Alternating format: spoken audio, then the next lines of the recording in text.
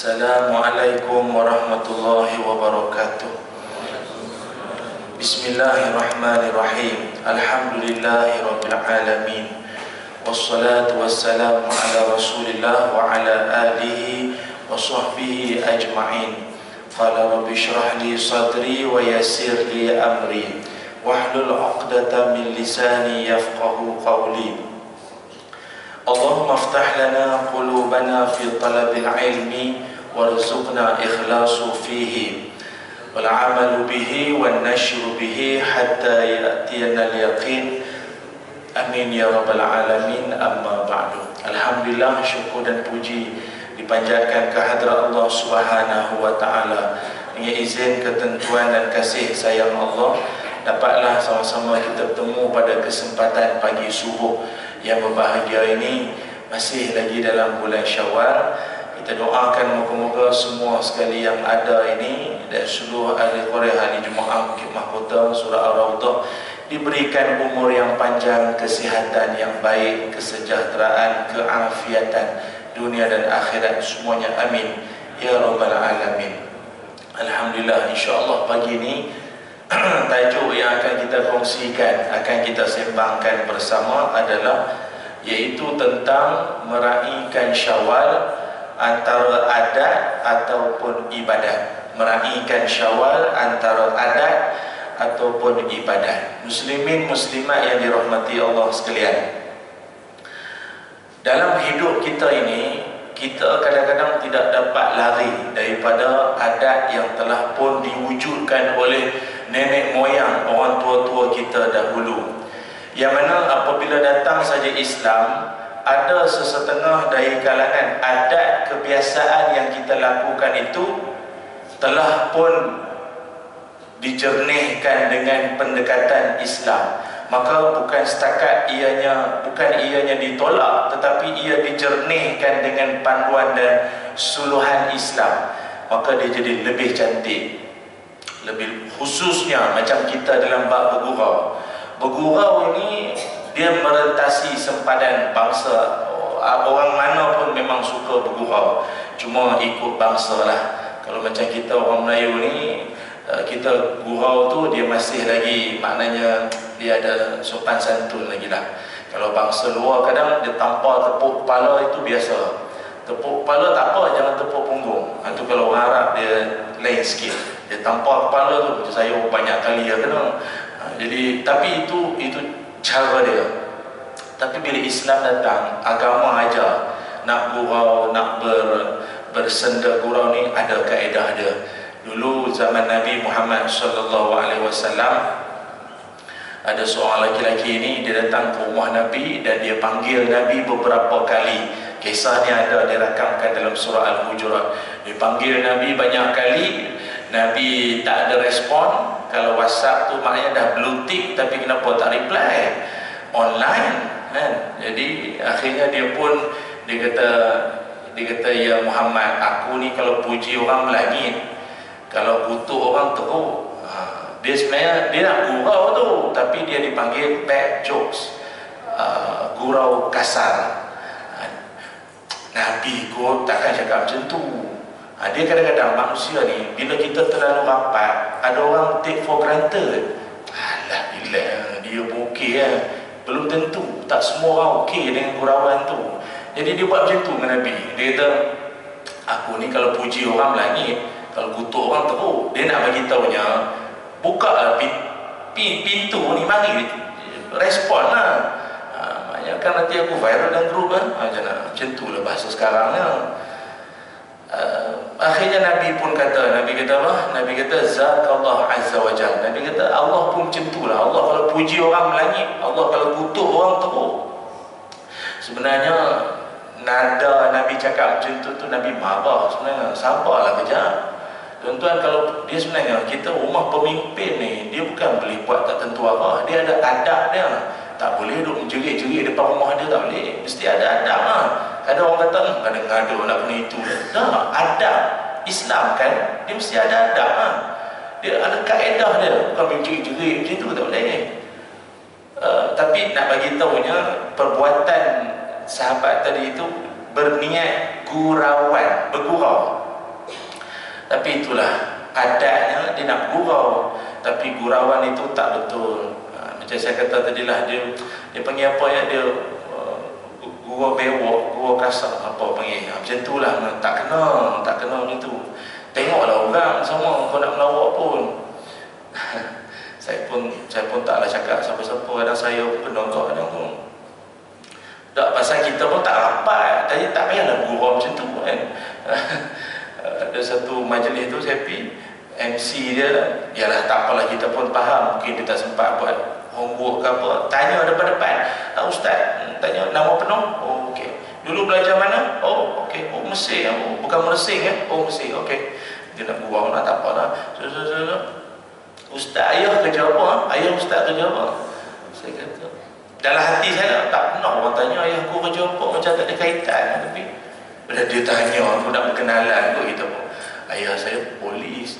Oh polis, ayah ustaz polis saya tak ada pangkat kecil ya, biasa-biasa je. Ayah saya bukan inspektor apa, tak ada pun pangkat ni ya, last corporal je pun. Oh tak apalah, tapi polis lah. Oh, jarang lah anak polis jadi baik ni.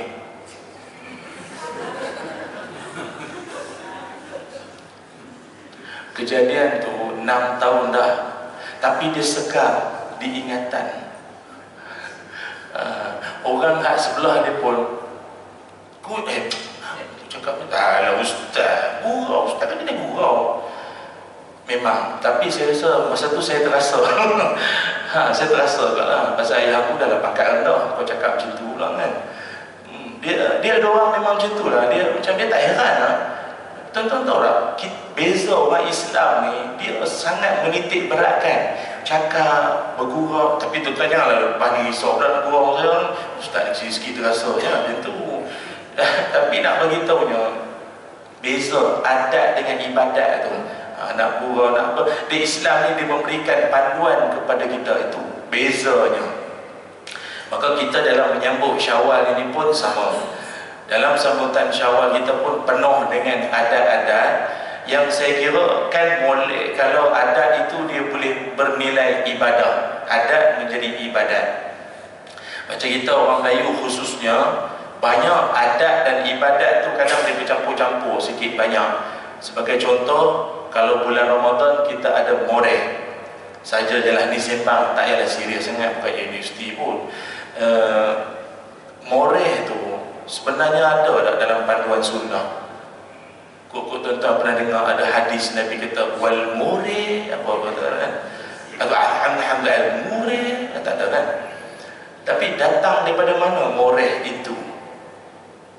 Yang ada adalah man fattara shaiman, siapa yang memberi makan untuk orang buka puasa. Sponsor orang buka puasa? Ya.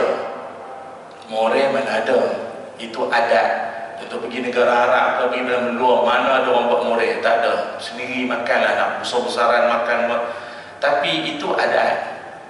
Adakah kita menolak, kita kata tak betul ni, mana punya sesat? Tak. Sebab itu adat kita orang tua-tua dulu. Dia moreh ni kalau ikutkan, dia adalah menu-menu lebihan daripada buka puasa tadi.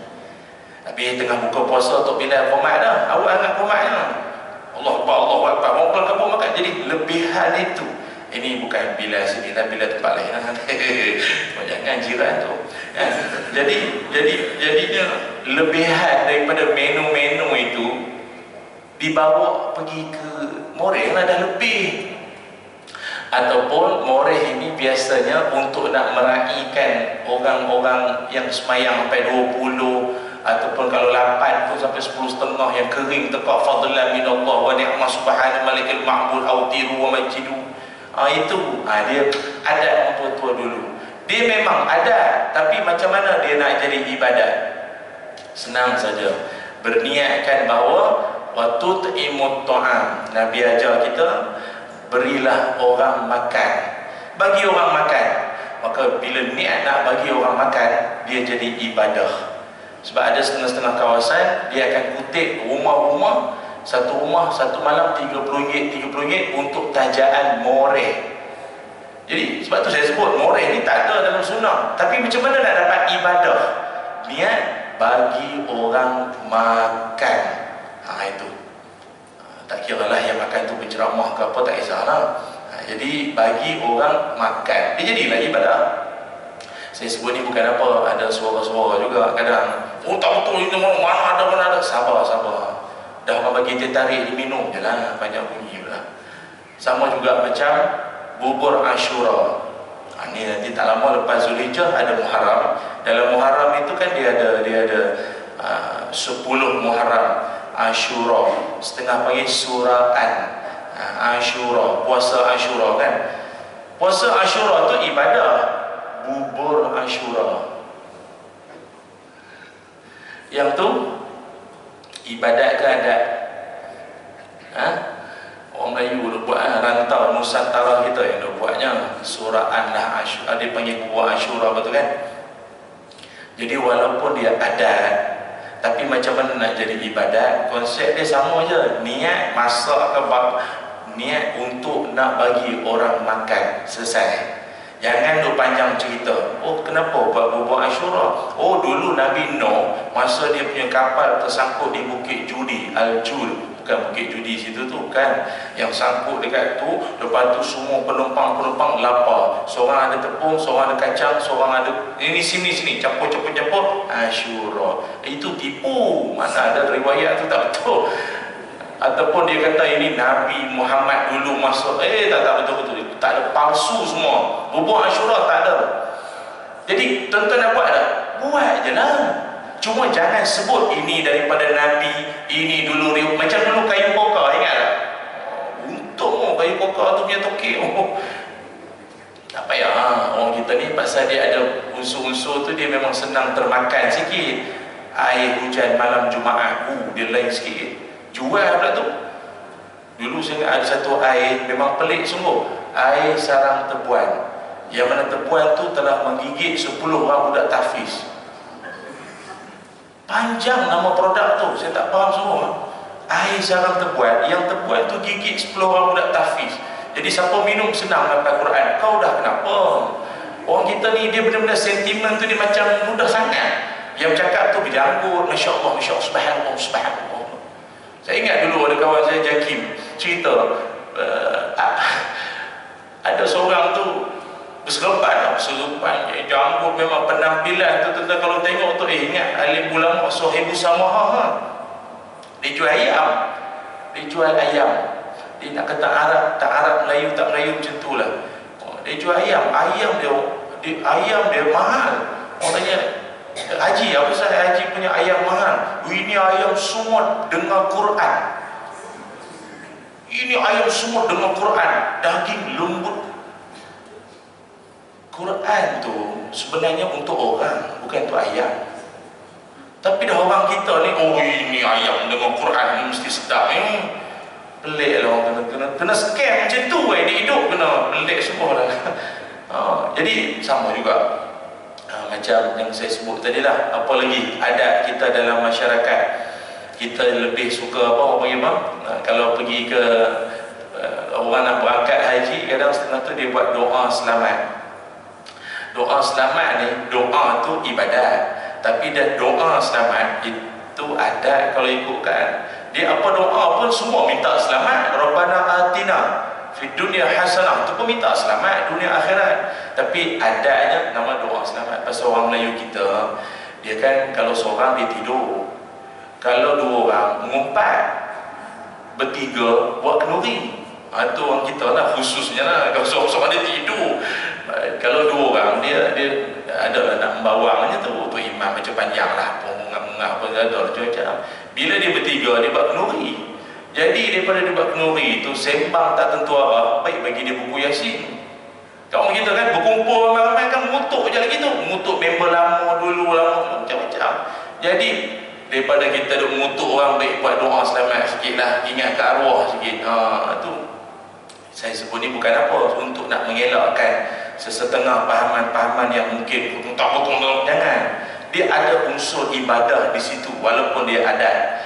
Dan orang kita ni memang kuat jamu orang, kuat bagi orang makan,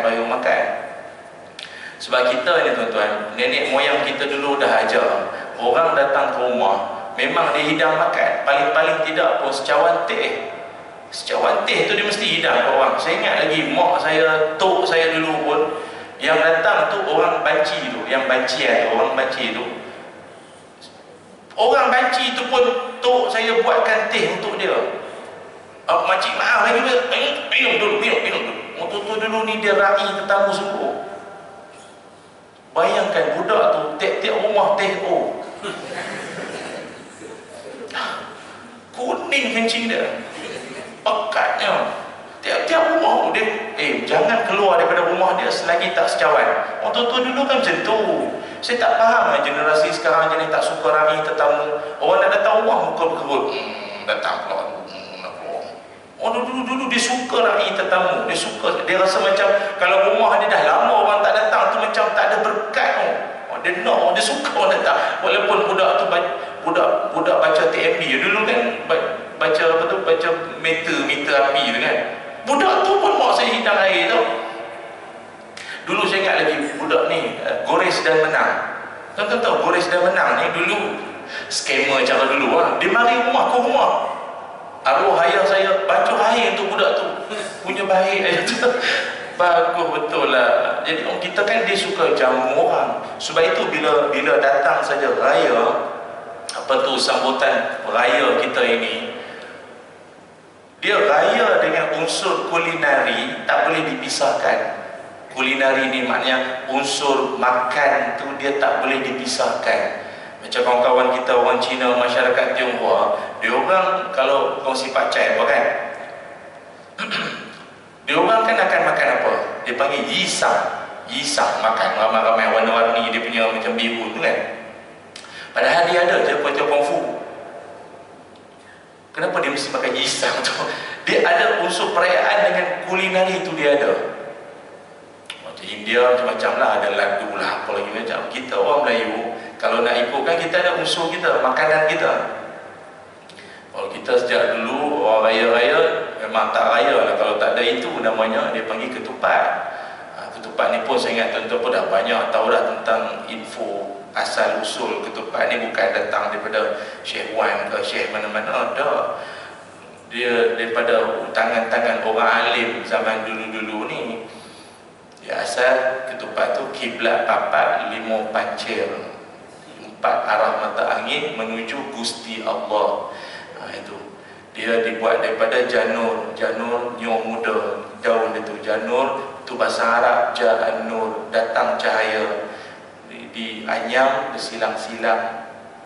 bersilang dosa pahala, rebus dalam air panas, itu Ramadan.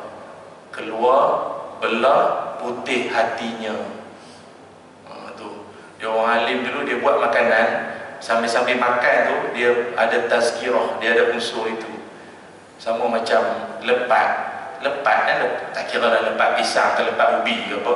Lepat tu kalau ikut dia adalah gambaran kepada jenazah. Kan diikat atas, diikat bawah. Tu jenazah tu, sekarang pakai stapler lah. Dulu ni dia ikat tu atas bawah tu, itu jenazah tu. Maknanya bila kau makan, ingat sikit, satu hari nanti kau bukan kau jadi lepat, kau akan jadi macam ini, dibungkus. Tapi sebab jenis tak faham kan, spesial makan, bukannya faham pun makan. Tapi jangan tanya saya ilmu London datang daripada mana, saya tak tahu. Disko makmur, batang buruk, batang benang, saya tak tahu. Batang benang sini ya. Jadi dia ada unsurnya yang tersendiri, istimewa. Tapi tak apalah, walau apa pun sekalipun, raya ataupun sambutan Syawal kita khususnya, adat kebiasaan kita orang Melayu akan buat beberapa benda yang insya-Allah dengan adat-adat itu dia boleh bernilai ibadah. Dia boleh jadi ibadat kalau betul dengan caranya. Ini saya sebutkan beberapa ya. Yang pertama sekali, orang kita dia kalau asal raya saja, adat yang dia suka buat adalah saling bermaaf-maafan. Itu satu. Adat dia mesti bermaafan. Padahal waktu lain pun patutnya tak raya pun kena bermaafan, tapi dia tak tahu dia kena tunggu raya juga. Saya tak faham kenapa. Walaupun malam raya, malam tu dah minta maaf, esok lah. Dia tak tahu esok tu hidup ke tak, tapi dia kata esok lah. kan? Ataupun kau minta maaf lah kau, kenapa dah raya kau? Dia mesti, dia raya sinonim dengan maaf tu, saya tak faham kenapa. Memang ada apa kan? Kalau orang Arab mana ada benda tu? Orang Arab lepas maya raya main bola. Main bola. Kami dulu masa duduk Mesir rindu. Ya Allah, main bola bapak ni. Kita kan nak pergi berkunjung, kunjung dendang perantau musafir di Aidilfitri semua nak lip raya macam celik tak dengar benda tu. Rindu lah. Lah pergi pejabat kedutaan lah, senang nak bagi raya sikit pun. Dia adat Melayu ni syok dia. Kalau macam orang Jawa, saya kahwin orang sahabat berenang kan, tahulah sikit-sikitnya. Kalau orang Jawa dia ada satu unsur, tapi saya tak pastilah Jawa, kalau Jawa Selangor ke Jawa Johor, saya tak tahu dia buat ke tak. Tapi kalau Selangor punya, kalau yang sahabat berenang, dia ada unsur dipanggil balalan. Balalan ini ataupun berhalal-halalan. Jadi ringkasnya balalan, berhalal-halalan. Minta halal. Pagi-pagi raya sambil melutut pergi ke orang tua untuk nak minta maaf. Daripada tempat duduk tu nak ke orang tua tu duduk atas kursi. Jadi nak pergi tu mengesot dengan lutut tau, dengan lutut. Bukan berdiri jalan baru duduk depan, tak, mengesot tu dengan lutut pergi depan. Dia panggil balalan. Jadi dia adalah ayat dia ngaturaken sedoyo kula paten kula nyuwun pengepunten dosa kula zahir lan batin. Ini yang pendek ringkasnya. Maksudnya menyusun segala kemaafan saya, mohon diampunkan dosa zahir dan batin. Dia ada bahasa reply, dia akan jawab balik. Kula nge semunten nugi nyuwun ngampunten zahir dan batin. Maksudnya saya pun sama juga minta maaf, minta ampun zahir dan batin. Itu yang paling pendek. Dia ada lagi lah, mulut ke telinga orang tua. Mak saya minta maaf lah dulu, mak saya punya duit, mak abang kecil hati, mak dulu janji nak balik, tak balik. Mak dia pun ya. Itu pagi raya. Saya tengok, menangis-nangis. Saya tengok benda tu, saya pula menangis. Bagus tu, itu budaya tu bagus sangat. Dia macam semua sebab masing-masing menangis semua. Bagus lah kan. Saya macam saya orang Kedah tak jumpa benda-benda tu. Kita salam itu lah kan. Kalau budak-budak muda lagi, kosong-kosong ingat main bola, kosong-kosong. Dia mesti, dia ada adab tu. Walaupun dia adat, tapi dia ada unsur ibadat di situ. Kemaafan tu dengan hati nurani, bercucuran air mata tu baru sedap. Tengah duk bermaafan pula pasal lagu Aisyah pula. Lagi lah termenungku sendiri, apa lagi tu kan. Menangis sedap. Tapi kita pagi raya banyak tak sempat dah balalan ni. Sibuk gosok samping, hutang baju Melayu tak jumpa, tak cukup. Dia 3 je ada. Ambil warna lain, dah jadi traffic light mana. Tak sempat benda tu. Tapi bagus tu, adat tu kalau dibuat. Ataupun lagi satu, baraan. Baraan ni bagus sebenarnya, pergi rumah-rumah bermahabat.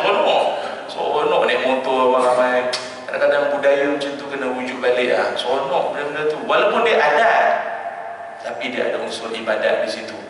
Jadi saya ingat macam mana nak dapat pahala ibadat dari segi kemaafan itu. Maka eloklah sesama kita, jangan tunggu raya saja baru nak bermaafan. Bermaaf-maafanlah sesama kita selagi hidup. Itu di zaman Nabi Muhammad SAW dulu, ada seorang sahabat Nabi ini namanya Mistah bin Usasah radhiyallahu an. Mistah bin Usasah ni siapa? Dia sepupu Sayyidina Abu Bakar As-Siddiq. Dia sepupu Sayyidina Abu Bakar. Pernah satu ketika Mistah bin Usasah ini, dia orang susah, dia bukan orang senang. Sayyidina Abu Bakar lah yang banyak sponsor dia, bagi dia sumbangan apa, makan ke apa kan. Tapi satu ketika tu Mistah bin Usasah ini, dia masa kisah isteri Nabi nama Aisyah tu kena fitnah tu kan, dia ni antara tukang menyampai. Dia bukan admin. Kalau grup WhatsApp tu kan, dia bukan admin, dia orang panggil apa? Dia tukang copy paste dari grup sebelah, copy paste dari grup sebelah, mohon pencerahan. Macam tu. Dia yang tukang menyampai tu, bukan dia yang create benda tu dah. Dia tukang menyampai, dia tukang viral, forward banyak. wifi tengah laju. Maka Sayyidina Abu Bakar As-Siddiq, Aisyah kan anak Sayyidina Abu Bakar, marah. Sayyidina Abu Bakar As-Siddiq punya marah. Aku bagi kau duit, aku sponsor, aku bagi kau duit selama ini kau punya balasan. Sayyidina Abu Bakar mulai saat tu dia berhenti daripada bagi duit tu. Dia berhenti. Macam ni punya perangai, dia berhenti tu. Maknanya kau punya perangai macam ni tak layak lagi aku nak. Alah tuan-tuan, kita pun duk tolong orang. Sekali orang tu boleh, kau boleh pula, ini balasan kau pada aku. Memang haram lah, memang aku tak bagi. Lepas ni sekupang belah 7 aku tak bagi. Tuan-tuan faham tak? Sekupang belah 7 ni maknanya aku takkan bagi lah. Turun ayat Quran surah An-Nur ayat 22 yang mana Allah suruh maafkan. Walau apa pun yang dia pernah buat pada engkau, maafkan sajalah. Dengan ayat itulah Mistah bin Sayyidina Abu Bakar As-Siddiq, jiwa dia runtun, terus minta maaf dan berjanji untuk tak buat perangai macam tu lagi dan terus bagi bantuan macam biasa. Bagus. Yalah, nak maafkan orang ni bukan senang. Selipar kita pun 3 kali dah beli. Yang curi pun orang sama. Nak maafkan pun gerak kat Ustaz. Yang dicuri tu bukan yang selipar Jepun. Selipar lambang buaya, kerok lah apa tu yang dicuri tu gerak kat saya pun. Tu macam mana tuan-tuan? Benda tak boleh nak ni dah. Nak selamat buat macam Masjidil Haram, buah dan plastik mayang sebelah tu. Buah mangga siap. Saya dulu ceramah di masjid mana dulu, tapi di Kedah hilang selipar. Hilang pula sebelah. Saya cari, pasal saya nak naik kapal terbang, lepas tu naik ke airport. Takkan tak pakai selipar, sedih nampak. Nanti orang kata Ustaz tak ada job apa. Selipar pun sebelah, kesian. Saya cari sebelah mana. Mari orang masjid tu, kata Ustaz kenapa? Tinggal sebelah pula selipar. Tak apa Ustaz, tak apa, kita bagi. Dia ambil hak masjid punya. Saya tengok selipar tu, Allah, nak pakai tak pakai, gamak tak gamak. Dah lah selipar tu tulis hak masjid. Tak apalah, masjid pun badangan dihalalkan saja. Tapi dia gunting depan tu yang tak tahan. Selipar tu digunting depan, jari hidup macam tu. Aduh, jam. Aduh, payah tu. Maafkan je lah ya. Itu satu. Yang kedua, adat kita bila Syawal ni, bila raya ni, apa adat kebiasaan kita? Yang kedua, orang kita suka mengirim salam. Dia suka mengirim salam. Mengirim salam ini bagi orang yang tak balik lah. Contoh, ramai-ramai ni seorang tu balik, yang lain tak dapat cuti. Kau yang balik, tolong sampaikan salam, kirim salam orang kampung. Yang biasa macam tu. Itu kalau nak ikutkan itu adat lah. Dia adat, dia suka bagi salam itu. Tapi dia boleh jadi ibadat kalau betul dengan cara. Orang kita bila dia kirim salam, saya pun tak faham lah. Dia main mudah bab kirim salam ni. Tuan-tuan tahu tak, kirim salam tu dia sunat. Tapi siapa-siapa yang mengambil tanggungjawab untuk menyampaikan salam kepada orang yang dimaksudkan itu wajib. Jadi tuan-tuan lepas ni kalau agak kata tak boleh, jangan terima salam tu. Laju balik Kedah tu ni, insya-Allah balik. Tolong kirim salam ni. Boleh, insya-Allah. Beres po. Apa beres po? Sekali kau tak jumpa, mana po? Tak boleh dia tu, dia. Maaf, memang balik Kedah tapi tak lalu kot kampung dia, tak lalu. Jadi nombor dia pun tukar-tukar. Jadi minta maaf, tak boleh terima kot salam ni. Nak beritahu lah siap-siap. Dan orang kita ni pun kadang saya tak faham lah. Jadi suruh bagi salam, suruh kirim salam. Entah siapa-siapa je dia suruh kirim salam. Balik Johor tu ni, balik. Kirim salam TMJ Tengku Mahkota Johor. Tuan-tuan tahu tak, yang kirim tu hukum sunat, yang menerima tu wajib sampaikan. Kalau duduk PM selalu duduk DM, selalu duduk WhatsApp dengan TMJ, tak apa. Macam mana tuan-tuan? Saya pelik orang ambil kan. Tu okey lagi. Saya dulu ada program kena pergi India masa tu. Ramai lah tahu. Adik-adik kita seorang lihat, kata nak pergi mana? Nak pergi India. Kirim salam Amitabh Bachchan. Tu macam mana buat tu? Yang kirim salam ni dia kata siapa nak pergi haji tau ni kan, Oh, kirim salam dengan Imam Sudais. Yang terima insya-Allah, insya-Allah. Apa insya-Allah? Wajib tu tak? Oh, jenuh cari tu.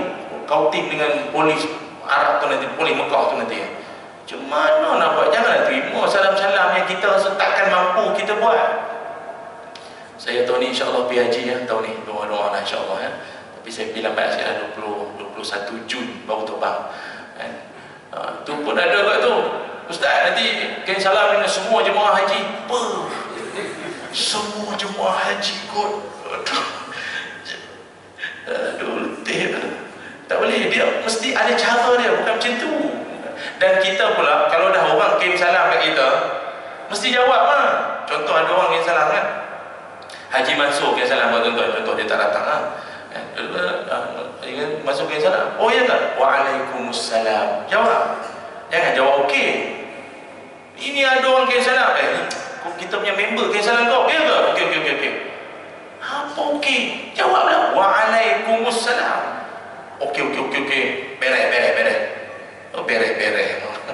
Tak kena, itu adat. Tapi dia jadi ibadat kalau kena dengan cara. Itu yang kedua. Yang ketiga, kalau kita dalam Syawal ini, adat yang biasa kita selalu buat adalah iaitu pergi berziarah ke rumah orang, menziarahi. Betul. Ziarah-menziarahi ini satu amalan yang kalau ikutkan dia adat orang kita, tapi dia boleh jadi ibadah kalau betul dengan caranya. Ini pun saya ingatan mesra je lah ya. Saya pun bukan betul sangat pun, kita banyak juga kekurangan. Ingat, kita kalau pergi ke rumah orang, macam mana sekalipun adat dan tata caranya mesti ada. Apa salah satunya dalam Quran Tuhan sebut, la tadkhulu buyutan ghayra buyutikum hatta tasta'nisu wa tusallimu ala ahliha. Allah kata dalam Quran surah An-Nur ayat 27, jangan kau masuk rumah orang sehinggalah engkau bagi salam dan minta izin. Tuan-tuan kalau pergi rumah orang bagi salam, kalau tuan rumah tu jawab, bukan bermakna boleh masuk. Kan kita kan, Assalamualaikum, Waalaikumsalam, suruh masuk. Tak boleh. Sampailah dia kata, masuklah, baru masuk. Ataupun sampai ke sudah dia tak sebut masuk, kita tetamu boleh masuk. Kalau dalam sahabat Nabi ni, dia ada pergi rumah Nabi, dia kata adkhul ya Rasul, boleh saya masuk? Ayat dia macam tu. Bagi salam itu bukan lesen boleh masuk tau. Itu satu. Yang kedua, pergi rumah orang, mata tu jangan duk melia sangat. Ini pesanan daripada Nabi SAW. Nabi pesan, "Lau anna imra'an ittala'a 'alaika bighairi izin fa khazafathu bihasatin fa faqa'at 'ainahu lam yakun 'alaika junahun." Nabi kata, kalau kamu pergi rumah orang ataupun ada orang tu dia datang rumah kita, dia duk minta nengok, dan tiba-tiba tuan rumah tu lempar batu ke orang tu, ataupun dia cucuk mata orang itu sekalipun, perbuatan tuan rumah itu tak dikira berdosa. Nabi nak ajar kita, bukanlah Nabi suruh cucuk mata orang tu, nak bagi tahunya jangan duk mengintai-ngintai rumah orang. Saya faham kita jenis bagi salam banyak kali tak jawab, mula nak mengengok, kipas hidup, selipar banyak, akan macam tu. Setakat yang zahir tak apa lagi lah, tak payahlah menengok langsir baru. Tengok, tak boleh perbuatan macam tu, tak boleh. Daripada luar rumah sekalipun tak boleh. Dan lagi satu, kalau pergi ke rumah orang juga, Nabi kita cukup pantang perbuatan ni. Apa dia? Kita pergi ziarah rumah orang, Nabi pesan, duduk di rumah orang, la yahilul muslim ayyuqima inda akhihi hatta yuksimahu. Tak halal seorang muslim duduk di rumah saudaranya sampai tuan rumahnya berdosa. Jangan duduk rumah orang sampai tuan rumah tu berdosa. Tuan-tuan, apa maksudnya? Apa maksudnya? Jangan duduk rumah orang sampai tuan rumah tu berdosa. Tuan-tuan rasa apa? Bukan tetamu tu yang dosa, tuan rumah yang dosa. Okey, tetamu duduk lama sangat, macam mana tuan rumah boleh dosa? Tak kesian ke? Kawan tu goreng mi, goreng nugget, apa keluar lontong apa. Tuan rumah yang dosa, bukan tetamu. Tuan rasa sebab apa? Jangan duduk rumah orang lama sangat sampai tuan rumah tu berdosa. Sebab apa? Cakap je lah ustaz, dia tanya pula. Iaitu duduk di rumah orang sampai tuan rumah tu dah tak ada apa nak hidang dah. Tuan-tuan tahu tak, kita pergi rumah ni, pergi rumah orang, bukan semua rumah tu orang berada, have. Kan? Kadang-kadang tu mungkin dia orang yang berpendapatan rendah. Bila kita datang tu okey lah, tapi bila nak duduk gaya lama sikit dia pun gelisah. Jadi kita kan, duduk lama sangat sampai dia pun tak boleh. Duduk sejak pada pukul 11 pagi. Mula-mula dia keluar nasi impit dengan kuah kacang dengan lontong. Okey. Azan Zuhur tak balik lagi. Dia kata seronok rumah ni ya. Kalau dapat semayang berjamaah ni okey lah. Dia ajak tu rumah mayang Zuhur sekali. Okey. Lepas mayang Zuhur, ini kalau ada kopi-kopi sikit okey kan? Kopi datang. Sampai azan asar duduk lagi. Tetamu tu kata, rasa macam tak nak balik rasa. Tuan rumah tu masa pukul 11 tadi mesra lagi. Duduk je lah, apa masalah? Mana musim panas ni. Tapi masa asar tu tuan rumah tu dah tak cakap apa dah. Dia dah mula senyap. Dia mula nak tunjuk jalan keluar ke mana dah. Dia kan, dia sebenarnya tuan-tuan, kalau dah duduk rumah orang lama sangat, tuan rumah tu berdosa sebab apa? Sebab sepatutnya menyediakan juadah apa ni tuan rumah, dan bertamu ke rumah orang berapa hari? Al-Tiyafatu salah satu. Bertamu ke rumah orang tu 3 hari. 3 hari tuan rumah tu kena layan. Jadi common sense lah, come on lah. Duduk ambil biskut makmur tu, duduk depan TV makan, buat macam popcorn tengok wayang tau. Lama sangat tak boleh. Dia sebab itu istilah dia sebut apa? Ahlan wa sahlan. Ahlan wa sahlan. Ahlan wa sahlan. Ahlan tu maknanya apa? Orang yang kata ahlan wa sahlan tu welcome. Welcome, marhaban. Ahlan wa sahlan tu maknanya apa? Ahlan, kau jadi ahli aku, apa aku makan itu kau makan. Wa sahlan, segala kesusahan kau dipermudahkan. Apa? Tawel tak bawa? Okey, tawel kasih. Apa? Ubat gigi tak ada? Tak apa. Kita ada ubat gigi. Bagi. Berus gigi tak ada. Berus gigi pun tak bawa. Pakailah berus gigi saya. Tapi dah bercabang lah, dah bermisai dah, boleh lah. Itu namanya wasahlan. Ahlan wasahlan. Dia makan, letak di sinki, bunyi buka paip. Tak payah. Anak dara ramai. Nanti orang basuh. Bibik kita ada. Nanti jangan basuh. Itu semua hanyalah 3 hari. Ahlan wasahlan. Masuk hari keempat, wajalan.